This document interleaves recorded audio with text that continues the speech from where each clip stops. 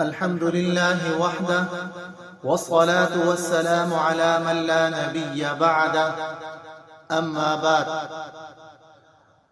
شهر رمضان الذي أنزل فيه القرآن هدى للناس صدق الله العظيم۔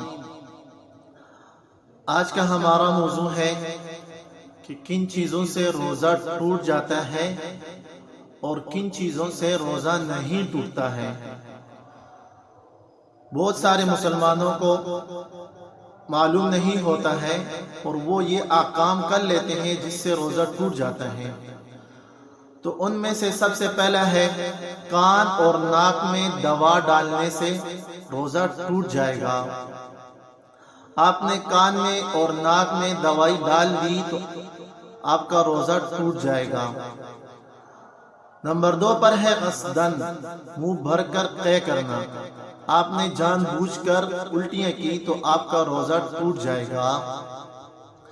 نمبر 3 پر ہے کلی کرنا۔ کلی کرنا تو منہ کو صاف کرنا ہے۔ ہاں، اگر آپ نے خلق تک پانی پہنچا لیا اور پانی نکل گئے تو آپ کا روزہ ٹوٹ جائے گا۔ نمبر 4 پر ہے عورت کو چھو لینا۔ عورت کو آپ نے ہاتھ لگایا اور آپ کا انزال ہو گیا تو آپ کا روزہ ٹوٹ جائے گا۔ اور نمبر 5 پر ہے کوئی ایسی چیز جو کھانے کی نہ ہو اور وہ آپ نے نگل لی ہے اور منہ میں رکھا تھا، آپ منہ میں چھپا رہے تھے اور آہستہ آہستہ اس کو نگل گئے تو اس سے بھی آپ کا روزہ ٹوٹ جائے گا۔ اور اس کے بعد ہے عود یا اگربتی، سگریٹ، تمباکو کا کوئی نشہ اس طرح جو دھوئیں والی ہو، وہ آپ نے سونگھ لی یا اس کو پیا تو آپ کا روزہ ٹوٹ جائے گا۔ اس سے بھی ان چیزوں سے تو روزہ ٹوٹ جاتا ہے۔ اور اس کے بعد ہے بھول کر کھانا پینا۔ بھول گئے اور آپ نے کھا پی لیا، اس سے تو روزہ نہیں ٹوٹے گا۔ ہاں، اگر آپ نے کھا لیا اور پی لیا غلطی سے، پھر اس کے بعد آپ نے کیسے تو روزہ ٹوٹ جاتا ہے اور پھر قصدن کھا لیے دوبارہ تو اس سے روزہ ٹوٹ جائے گا۔ اگر آپ بھول گئے اور کھا لیا، فوراً آپ نے کلی کی اور یاد آنے پر آپ نے استغفار پڑھنا ہے اور روزہ اس سے نہیں ٹوٹے گا۔ ہاں، اگر جان بوجھ کر کھا پی لیا اور پھر اس کے بعد یہ سمجھا کہ آیا اس سے تو اب روزہ ٹوٹ گیا ہے اور دوبارہ کھا لیا تو اس سے آپ کا روزہ ٹوٹ جائے گا۔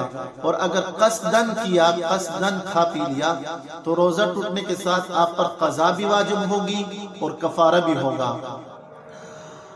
یا رات سمجھ کر صبح صادق کے بعد سحری کھا لی، اور رات سمجھ کر صبح صادق کے بعد آپ نے سحری کھا لی تو اس سے بھی آپ کا روزہ ٹوٹ جائے گا۔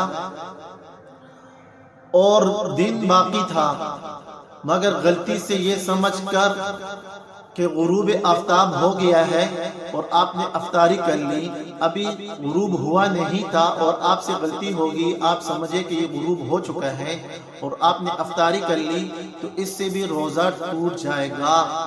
اور یہ جو اعمال بتائیں ہیں جن سے روزہ ٹوٹ جاتا ہے، ان پر صرف اور صرف قضا ہوگی۔ اور جن چیزوں پر قضا واجب بھی ہے اور کفارہ بھی ہے، وہ ہے کہ جان بوجھ کر صحبت کرنا اور جان بوجھ کر کھا پی لینا، تو اس پر روزہ کا قضا بھی ہے اور کفارہ بھی ہے۔ یہ تو وہ کام تھے جس سے روزہ ٹوٹ جاتا ہے۔ اور جن چیزوں سے روزہ نہیں ٹوٹتا ہے وہ ہے آنکھ میں دوا ڈالنے سے روزہ نہیں ٹوٹتا، سرما لگانے سے روزہ نہیں ٹوٹتا، کان میں دوائی ڈالنے سے روزہ نہیں ٹوٹتا۔ ہاں، اگر آپ کے کان کا پردہ پٹا ہوا ہے نہیں ہے تو دوائی ڈالی تو اس سے روزہ ٹوٹ جائے گا۔ ڈراپ لگانے سے روزہ نہیں ٹوٹے گا، انسولین لگانے سے بھی روزہ آپ کا نہیں ٹوٹے گا، بال، ناخن، سر یا جسم پر تیل لگانے سے، ناخن کاٹنے سے، بال کاٹنے سے روزہ نہیں ٹوٹے گا، احتلام ہو جانے سے بھی روزہ نہیں ٹوٹے گا، خود بخود قے آ جانا، خود بخود قے آ جانا، اس سے بھی روزہ نہیں ٹوٹے گا۔